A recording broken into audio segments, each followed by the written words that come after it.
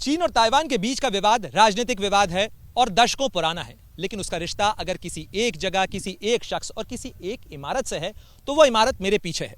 यह ताइवान की राजधानी ताइपे का चांग काई शेक मेमोरियल है।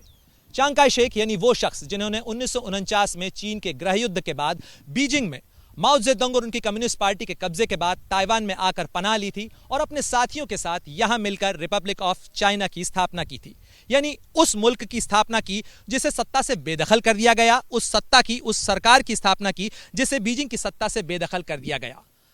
बरसों तक यानी 1975 तक, जब तक चांग काई शेक राष्ट्रपति रहे, वो वापस बीजिंग लौटने का सपना देखते रहे और इस सपने में उन्हें उम्मीद थी कि अमेरिका उनकी मदद करेगा। वहीं माओ जेडुंग भी ये सपना देखते रहे कि वो ताइवान को एक दिन मेनलैंड में मिला लेंगे। माओ जेडुंग से लेकर शी जिनपिंग तक चीन का हर राष्ट्रपति यह वादा करता है कि वो ताइवान को अपने साथ मिला लेगा, यानी मेनलैंड चाइना में मिला लेगा। लेकिन दोनों के बीच का विवाद जो है वो दरअसल असली चीन का विवाद है, क्योंकि ताइवान रिपब्लिक ऑफ चाइना अपने आप को कहता है और साथ ही कहता है कि 1911 से लेकर दरअसल असली चीन वही है। इसीलिए यहां के कैलेंडर में जो तारीख है वो मंगुआ कैलेंडर से गिनी जाती है, यानी उस वक्त से जब चिंग डायनेस्टी के बाद से, यानी चिंग राजवंश के बाद से रिपब्लिक ऑफ चाइना की स्थापना की गई और कुमिंतांग पार्टी के हाथ में सत्ता आई। चांग काई शेक और उनके बाद कुमिंतांग पार्टी कुछ समय तक तो ताइवान की सत्ता में रही, लेकिन ताइवान की सत्ता में अब दूसरी पार्टी है, यानी डीपीपी का कब्जा है। और ऐसे में इस तमाम चीजों के बावजूद, राजनीतिक विरोध के बावजूद, अब भी यह सवाल बरकरार है,